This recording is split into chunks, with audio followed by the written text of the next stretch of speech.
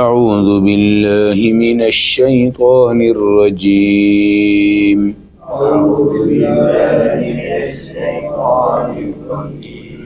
بسم الله الرحمن الرحيم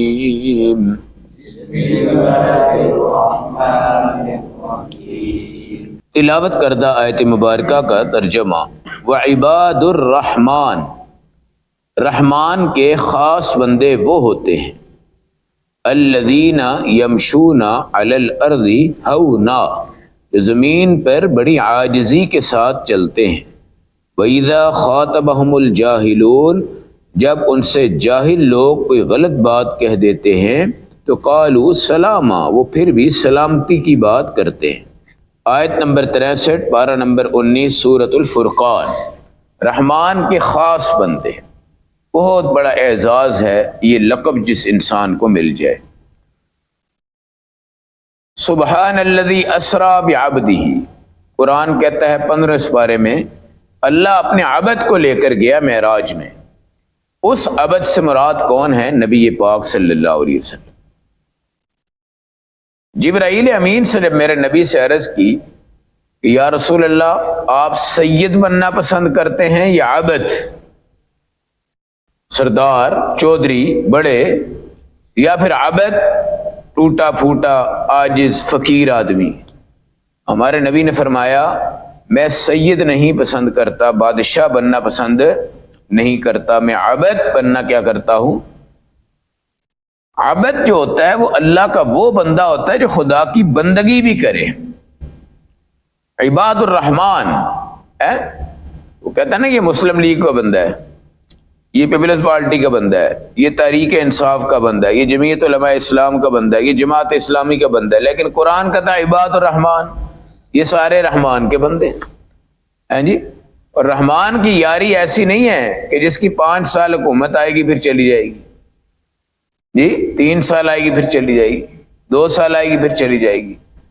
اگر آپ نے ووٹ ڈالنا ہے، آپ نے سپورٹ لینی ہے، آپ نے مدد لینی ہے، آپ نے ہیلپ لینی ہے، آپ نے معاونت لینی ہے تو رب سے لو، اور اس کے لیے آپ کو رب کا بندہ بننا پڑے گا۔ جتنا آپ جھکو گے اتنا اللہ آپ کو اٹھائے گا، جتنا آپ بہت اٹھو گے، جھکو گے نہیں، جھکنے کے بغیر اٹھو گے پھر گر جاؤ گے۔ جھکو اللہ اٹھائے گا، جھکنے کے بغیر اٹھنے کی کوشش کرو گے، چودھری بن جاؤ گے، بادشاہ بن جاؤ گے، وزیر بن جاؤ گے، پھر گر جاؤ گے، پھر گر جاؤ گے۔ عباد الرحمن، رحمان کے خاص بندے کون ہوتے ہیں؟ رحمان کے خاص بندے کون ہوتے ہیں؟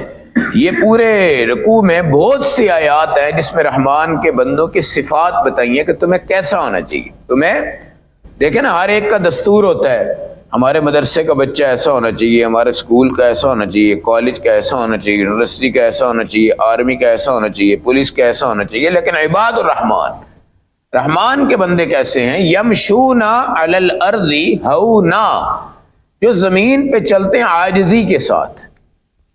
یہ دنیا میں جو چال ہوتی ہے نا، آپ کبھی اس پہ غور کیا کریں، بہت بڑے اکڑ خان ایسے چل رہے ہوتے ہیں، ایسے جھکتے ہی نہیں ہیں، بعض بالکل دھیمے دھیمے نرم انداز سے چل رہے ہوتے ہیں۔ جب کوئی آتا ہے دائیں بائیں سے تو وہ بڑی احتیاط کے ساتھ چلتے ہیں، کہیں ہماری ٹکر کسی کو نہ لگ جائے۔ ہمارے نبی صلی اللہ علیہ وسلم جب زمین پہ چلتے تھے تو آپ اکڑ کے نہیں چلتے تھے، آپ کی چال ایسی تھی کہ جیسے ایک پہاڑ ہے اور پہاڑ سے کوئی بندہ نیچے آ رہا ہے، جھکتا جھکتا جھکتا جھکتا جھکتا جھکتا جھکتا، اس طرح ہمارے نبی بھی زمین پہ ایسے جھک کے چلتے تھے، آگے سے ایسے ہوتے تھے، ایسے، یہ جھکاؤ تھا آپ میں۔ اللہ کے نبی کی حدیث مبارکہ ہے کہ جب تم زمین پہ چلو تو پاؤں کو زور سے نہ مارو۔ یہ ٹک ٹک کی جو آوازیں ہیں، خاص طور پہ ہماری جو خواتین ہیں ان کو بڑا شوق ہوتا ہے، یہ کسی شاپنگ مال میں آپ جائیں نا، ٹک ٹک ٹک ٹک کی آوازیں آ رہی ہوتی ہیں، اور ہیل کی وہ پہنی ہوتی ہیں۔ اصل میں یہ اس قوم نے ہیل نکالی تھی جن کے قد چھوٹے ہوتے تھے۔ کیا ہوتے تھے؟ قد چھوٹے ہوتے تھے۔ اس قوم نے یہ ہیل نکالی تھی جو آج ہم ہیل والی جوتی پہنتے ہیں۔ آج ہماری عورتیں جو ہیں وہ جو بھی ہیل والی ہیں نا، ان کو 4-5 مرتبہ ضرور زمین کا دھکا لگتا ہی لگتا ہے، اور کبھی کبھی کسی ایسی تقریب میں جا کے گرتی ہیں جہاں پر بہت شرمسار بن جاتی ہیں۔ اس طرح ہم نے بھی بعض جوتیاں ہماری ایسی ہوتی ہیں جن میں کڑک کی آواز آتی ہو، ٹک ٹک کی آواز آتی ہو، ادھر آتی ہو ادھر آتی ہے، یہ اکڑ کی آواز یا اونچی آواز یا اپنے آپ کو ایسے تان کے چلنا، بہت تیز چلنا، نہ دیکھنا کون آ رہا ہے نہ دیکھنا کون جا رہا ہے، ادھر سے بھاگ رہا ہے اس کو دھکا، ادھر سے بھاگ رہا ہے ادھر کو دھکا، نہیں۔ ہمارے نبی صلی اللہ علیہ وسلم جھک کے چلتے تھے،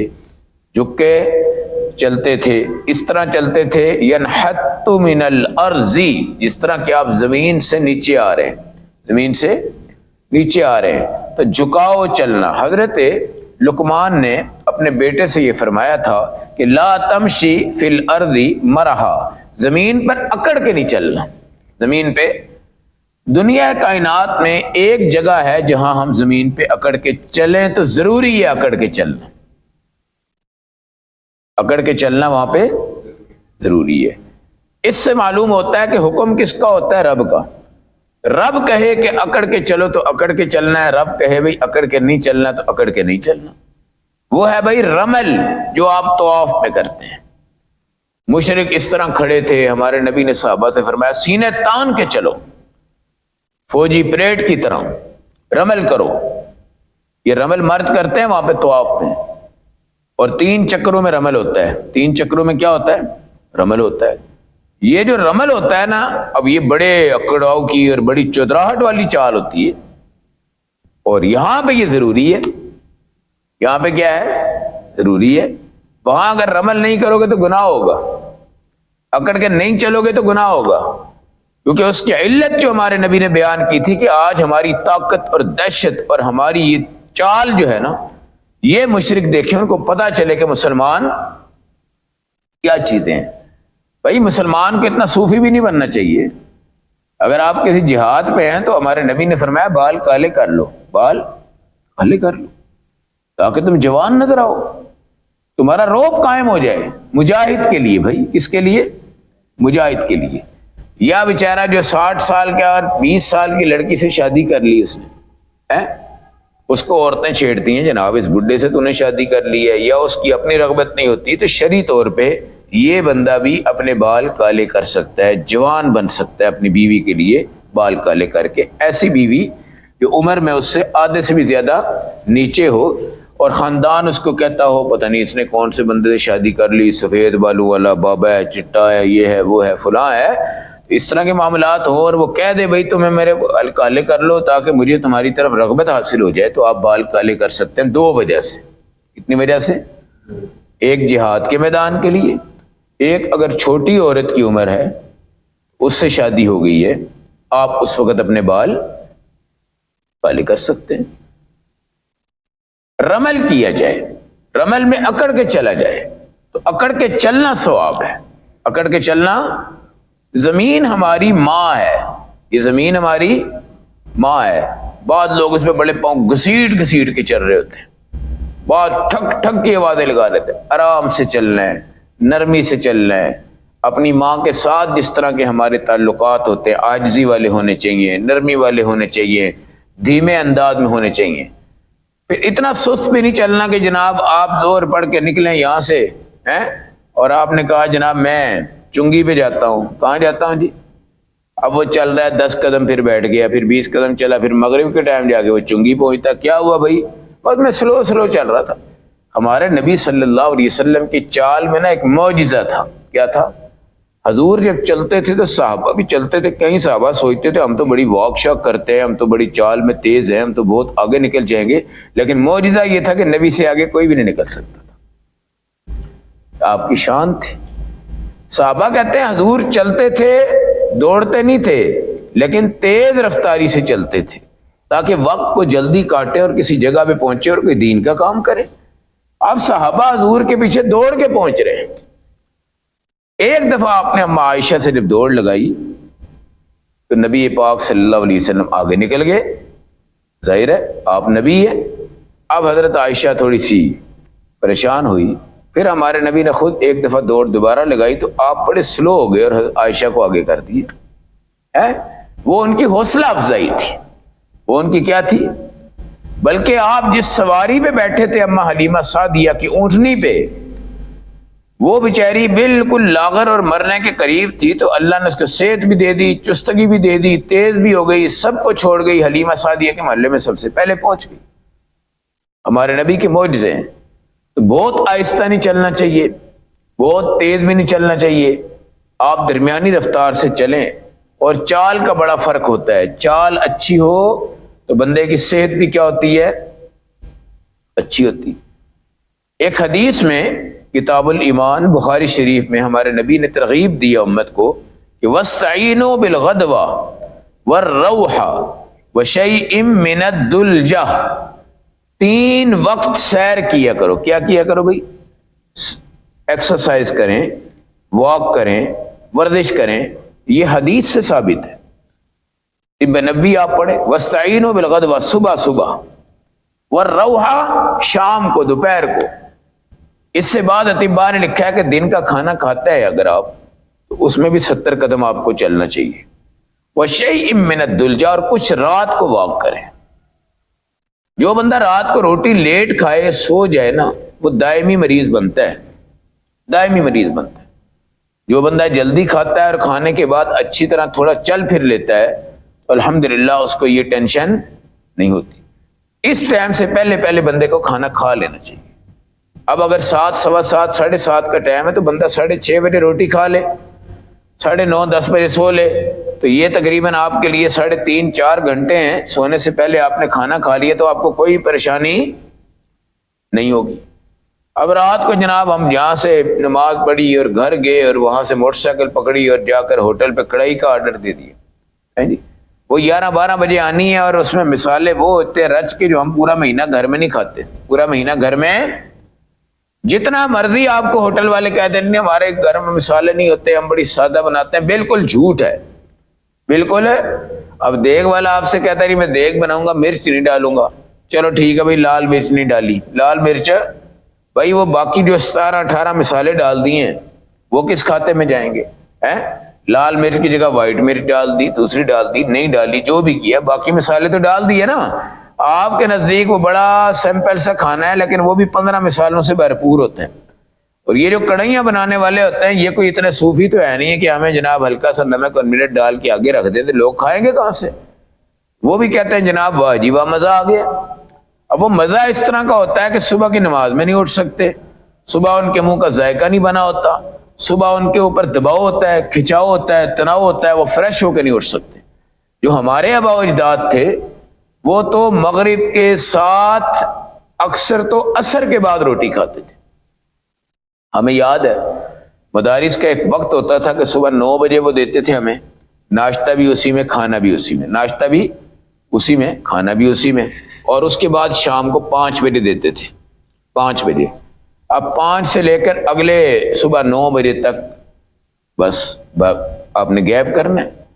وہ 2 وقت کا کھانا ہوتا تھا. مدارس کے بچے بڑے چست ہوتے تھے، لیکن اب وہ مدارس کے بچے نہیں ہیں بیچارے، اب وہ 3 ٹائم کی روٹی کھائے بغیر نہیں رہ سکتے. خیر اب وہ 3 ٹائم کی بھی کھاتے ہیں، ٹھیک ہے. تو یہ مغرب کا ٹائم ہے، آپ اس میں روٹی کھائیں، اس کے بعد چلیں. وَاسْتَعِینُوا بِالْغَدْوَةِ وَالرَّوْحَىٰ، صبح بھی سیر کرو، دوپہر کو بھی اور رات کو بھی.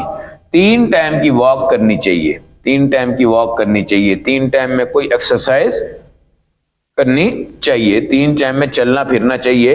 یہ جو ماشاءاللہ زراعت والے حضرات ہوتے ہیں صحت مند تندرست، ان کا شوق ہوتا ہے، ایک پہلی انہوں نے بی لی ہے، اس کے بعد اس کے ایک کنارے سے دوسرے کنارے پہ جائیں گے تو ماشاءاللہ سبحان اللہ ان کی بہترین واک، بہترین آکسیجن، سرسبزہ، اس کی شادابی، ان تمام چیزوں کو دیکھتے ہیں.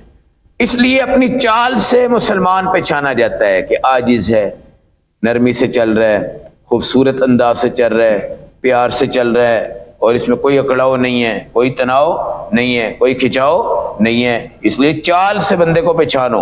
وَإِذَا خَاطَبَهُمُ الْجَاهِلُونَ، جاہل تم سے بات کریں گے، اوے ملا، اوے مولوی، اوے حلوے والے، او پڑیاں کھان والے، دیگاں پاڑن والے ہیں فلاں فلاں چھیڑتے ہیں نا بھائی، مولویوں کو چھیڑتے ہیں، کوئی آپ کو چھیڑ دے گا، کوئی آپ کو چھیڑ دے گا، اور جتیاں سلائی کرن والے ہیں، اور لوگوں دے بوئے کھٹکان والے، اور لوگوں دے جتیاں چ پہن والے، اور زن مرید رن مرید ہیں سوال کرتے ہیں نا۔ قرآن کہتا ہے کہ اللہ کے جو بندے ہوتے ہیں نا وہ اٹیک کے مقابلے میں اٹیک نہیں کرتے۔ اس نے مجھے ماں کی گیلی دی ہے تو میں اس وقت چپ کر جاؤں گا اور میں اس کو مسکرا کے دکھا دوں گا۔ وہ مجھے ملا مولوی کہہ رہا ہے، ٹوپی والا کہہ رہا ہے، ملا کہہ رہا ہے، حلوے والا کہہ رہا ہے، پوڑیوں والا کہہ رہا ہے، یہ کہہ رہا ہے، وہ کہہ رہا ہے، میں کہتا ہوں کوئی بات نہیں یار بھائی، اور جو مرضی کہہ دو۔ یہ جو مسکراہٹ ہوتی ہے نا، اگلے بندے کا ایٹم بم بھی ہے نا اس کو بھی زیرو پہ لے آتی ہے، اور اگر یہ مسکراہٹ نہیں ہے نا، مسکراہٹ نہیں ہے، اگلے بندے کی جو کنکری ہے نا چھوٹی سی، وہ بھی پہاڑ بن جاتی ہے جب آپس میں تقابل ہوتا ہے۔ کیا ہوتا ہے؟ تو جاہل آپ سے بات کرے گا، جاہل ہمیشہ جہالت کی بات کرے گا، جاہل آپ کو کون سی عربی میں آپ کی تعریف کر دے گا، یا آپ کو شیخ کہہ دے گا، یا آپ کو کوئی بزرگ کہہ دے گا۔ پاگل آدمی ہے، جاہل آدمی ہے، اس کا دین سے تعلق نہیں ہے، اس کا علم سے تعلق نہیں ہے، اس کا کسی اور چیز سے تعلق نہیں ہے، وہ اپنے بروپی میں بات کرتا ہے۔ وہ بڑا نمازی آ گیا، بڑا ملا آ گیا، فلاں آ گیا، مولویوں نے مگر لگ گیا، فلاں آ گیا، بڑی بڑی باتیں سننے کو ملتی ہیں۔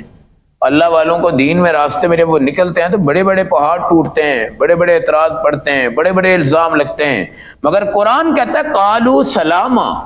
جب ہمیں جاہل الٹے پلٹے تانے دے گا تو ہم اس کو کہیں گے اللہ تمہیں تندرست رکھے بھائی، اللہ تمہیں صحت دے، اللہ تمہیں عزت دے، اللہ تمہیں مقام دے۔ اب تیسرا ایک شیطان بیچ میں ایسا ہوئے، اس نے تجھے یہ کہا ہے، چل آگے آ جا، ہے وہ جیسے ایک بھیا تھا نا، بھیا جو آگے سے وہ بولتا ہے جناب، تو وہ باتیں تو آپ کو پتا ہے بھیا بڑی کڑاکی کرتے ہیں۔ اب وہ بھیا ہے جناب تو اس کو ایک دھمکی دے رہا ہے پنجاب والا، وہ اس کو کہتا ہے ابے چل آ جا، تو مجھے مار کے دکھا، میں تیرے پوچھتا ہوں۔ انہوں نے آگے تھپڑ مارے منہ تے، کہتا اب کی مار، اب دیکھ تمہیں کیا کرتا ہوں۔ اچھا، اور اس نے ایک اور لگا دیا، کہتا ہے اچھا بچو اب کی مار کے دیکھ، اب تیرے ساتھ میں کیا کرتا ہوں۔ اب وہ بیچارہ یہ کہتا ہی رہا، ادھر تھپڑ پڑتا ہی رہے، اور سیدھی بات کہتا ہے جا بھائی جان میں تیرے ساتھ مقابلہ نہیں کرتا بھائی، تو جو مرضی کہہ لے یار، مجھے ماں کی گالی دیتا ہے تو میری ماں کو ثواب ملے گا، تو مجھے باپ کی گالی دے تو میرے باپ کے کھاتے میں ثواب چلا جائے گا، تو مجھے گالی دے دے گا میرے کھاتے میں ثواب چلا جائے گا، میرے کھاتے میں۔ یہ ہوتا ہے حلم اور بردباری، حلم اور بردباری۔ امام ابو حنیفہ رحمۃ اللہ علیہ کے نا پڑوس میں ایک بندہ رہتا تھا۔ ایک دن وہ آ گیا رات کو 1-2 بجے، اب دروازہ کھٹکا رہا ہے، پھر زور سے کھٹکا رہا ہے، پھر زور سے کھٹکا رہا ہے۔ اب وہ پوچھ رہے ہیں کون؟ کہتا ہے جی کون کوئی نہیں، تھلے آؤ۔ خیر آئے جناب، کہتا ہے جی میں نے ایک مسئلہ پوچھنا ہے۔ نیچے آ گئے، جی پوچھو۔ آپ سوچ کے کہتا ہوں میں نے مسئلہ بھول گیا، چلے جاؤ علی۔ تھوڑی دیر کے بعد جناب پھر دھم پھر آئے نیچے، پھر کہنے لگا ہو میرے دماغ سے ہی نکل گیا، پھر آپ چلے گئے، پھر آپ آئے، تو پھر جناب نیچے آ گئے۔ آپ نے پوچھا اچھا بھائی پوچھو، آپ نے یہ نہیں کہا اچھا بھائی ہوں پوچھ لا ورنہ تین میں نہیں کر دینا، نہیں ٹھیک ہے پوچھو۔ تیسری مرتبہ رات کو بندہ سویا ہوا 2 بجے اٹھ کے آئے، پھر اچھا کہنے لگا جی یہ جو تازہ نجاست ہوتی ہے وہ کون سی ہوتی ہے، جو پرانی ہوتی ہے وہ کون سی ہوتی ہے؟ دیکھیں کوئی سوال ہے؟ پخانہ نجاست ہے، تازہ کون سی ہے، پرانی کون سی ہے، میٹھی کون سی ہوتی ہے، کڑوی کون سی ہوتی ہے؟ یہ سوال وہ کر رہا ہے رات کے 2 بجے، اور 3 مرتبہ تو پہلے وہ کہہ چکا جی میرے سوال ہی بھول گیا۔ آپ چلے گئے واپس، پھر بلایا پھر آ گئے، پھر چلے گئے، پھر بلایا پھر آ گئے، پھر چلے گئے۔ آپ نے کہا یار بات یہ ہے جو نجاست فریش ہوتی ہے نا وہ میٹھی ہوتی ہے، اور جو پرانی ہو جاتی ہے وہ کڑوی ہوتی ہے۔ پھر انہوں نے کہا یار جو فریش ہوگی نا اس کو تم زمین پہ کر کے جاؤ گے تو ساری مکھیاں اس پہ آ جائیں گی۔ کیا آ جائیں گی؟ ساری مکھیاں اس پہ آ جائیں گی۔ ہمارے لیے فریش نہیں، ان کے لیے، مکھیوں کے لیے۔ تو آپ نے یہ بتایا تو وہ اب سوال کا جواب آپ نے بالکل دیا ہے، زبردست انداز سے دیا ہے، اب وہ آپ کے پاؤں میں پڑ گیا۔ کہنے لگا آپ جیسا برداشت والا میں نے کائنات میں بندہ کوئی نہیں دیکھا. ہماری طرح کا اور کوئی بندہ ہوتا نا، پہلے تو وہ اترتا، پھر اس کا پیچھے سے بیٹا اترتا، پھر اس کا کوئی بھائی اترتا اور اس کی صحیح پجاڑ کرتے. اب وہ جاہل آدمی تھا امام ابو حنیفہ جیسے آدمی سے جنہوں نے 11 صحابہ کو اپنی آنکھوں سے دیکھا ہے. اس لیے امام ابو حنیفہ سب سے بڑے امام ہیں اور آپ تابعی ہیں. تابعی اس کو کہتے ہیں جس نے صحابی کو خود دیکھا ہو. امام ابو حنیفہ نے اس کو کوئی نہیں کہا ہوئے ایسے بغیرت آدمی ہے تو رات کو آیا اور یہ تو نے کر دیا اور وہ تو نے کر دیا. اور قرآن کہتا ہے جب جاہل تم سے جہالت کی بات کرے تو تم تو جاہل نہ بنو، تم اس کو کہو ٹھیک ہے بھائی السلام علیکم. آج کل جو ہے نا جی ہمارے غصے کا معیار دنیا میں بہت زیادہ بڑھ گیا ہے. غصہ ہمیں کبھی تو گھر کی وجہ سے ہوتا ہے، کبھی ہم نے کوئی خبر پڑھی اخبار میں اس کی وجہ سے ہو جاتا ہے، کبھی دفتر میں ہماری کوئی اونچ نیچ ہو جاتی اس کی وجہ سے ہو جاتا ہے، کبھی کوئی اور معاملہ ہے تو اس کی وجہ سے ہو جاتا ہے. جناب آج میں وہ سیکریٹریٹ میں کھڑا تھا، ایک وکیل ہے، وکیل اللہ ان کو ہدایت دے، ان وکیلوں نے لاہور پہ قبضہ کیا ہوا ہے. آپ سیکریٹریٹ جائیں نا، ادھر ٹریفک ادھر موٹر سائیکل پورے لاہور کو حکومت نے پلان دے دیا ہے مگر اس کو کوئی پلان نہیں دیا. عجیب مطلب بدماشی ہے یہ کوئی حسن زن نہیں ہے. پیدل چلنے کا راستہ بھی فٹ پاتھ پہ جو ہوتا ہے وہ بہت مشکل ہے وہاں پہ. اب جناب وہ ایک بابا جی تو امرود بیچ رہے ہیں. اے لڑکا جوان سا لڑکا وکیل تھا، کہنے لگا ہاں جی کس طرح کلو؟ ان کا 100 روپے کلو. اب وہ اٹھا رہا ہے، ایک اٹھا رہا ہے، دوسرا اٹھا رہا ہے، اس کا نیچے رکھ رہا ہے، پھر اٹھا رہا ہے. کہتا پتر لینا تو لے لے، ہاتھ نہیں لانا ہے. بابا جی نے یہ بات کہی. اب اس نے ماں کی بھی اور بہن کی بھی اور پتہ نہیں کس کس کی بھی. ان کا میں تیرا لاہور تو باہر کر دینا، سیکریٹریٹ نے میں تیرا لاہور تو باہر کر دینا ہے. اچھا ایک وکیل اور تھا، وہ بیچارہ کوئی اچھا آدمی تھا، بزرگ آدمی تھا، تو اس نے اس کو کچھ کہا، ان کی آپس میں شروع ہو گئی. اب بابا جی چپ کر گئے. اب وکیل 2 ہیں تو 40-50 وکیل جمع ہو گئے. وہ ایک دوسرے کو کہہ رہے تیرے تے فلاں دفعہ لگ جانی، اسی تیرے تے فلاں دفعہ لوا دینی. تو ایک عام شہری دے نال اس طرح زیادتی کر رہے اگے پیچھے نا جی. مطلب کہنے کا یہ ہے کہ یہ جہالت ہے. وکیل پڑھے ہوئے ہیں، بھائی پڑھے لکھے آدمی ہو تم، کم از کم یار کوئی انسانیت کا روپ دھارو. کوئی وہاں پہ ٹریفک پلان نہیں ہے، کوئی وہاں پہ پولیس کا پلان نہیں ہے، کوئی وہاں کسی کا. ہر بندہ کہتا ہے وکیل ہے، گئی وکیل ہے اینو نہ چھیڑی، اگر اینو چھیڑیا تو انہوں کسیٹنا تینوں ہر جگہ تھے. اس لیے جاہل آدمی کے سامنے آپ جہالت والی بات مت کریں. آپ اس کو مسکرا کے بتا دیں، آپ اس کو سلام کر لیں، آپ کے جا یار اللہ تیرا بھلا کرے، اللہ تینوں ہدایت دے، اللہ انشاءاللہ ٹھیک ہو جائے گا. تو یہ بھی ایمان والے بندوں کی علامت ہے کہ جاہل کے سامنے وہ جاہل نہیں بنتے بلکہ قالوا سلاما، وہ کہتے ہیں جا اللہ تجھے تندرست رکھے، تو جو مرضی کہتا رہے، میں تجھے کچھ بھی نہیں کہوں گا. اللہ ہمیں عمل و سمجھ کی توفیق عطا فرمائے.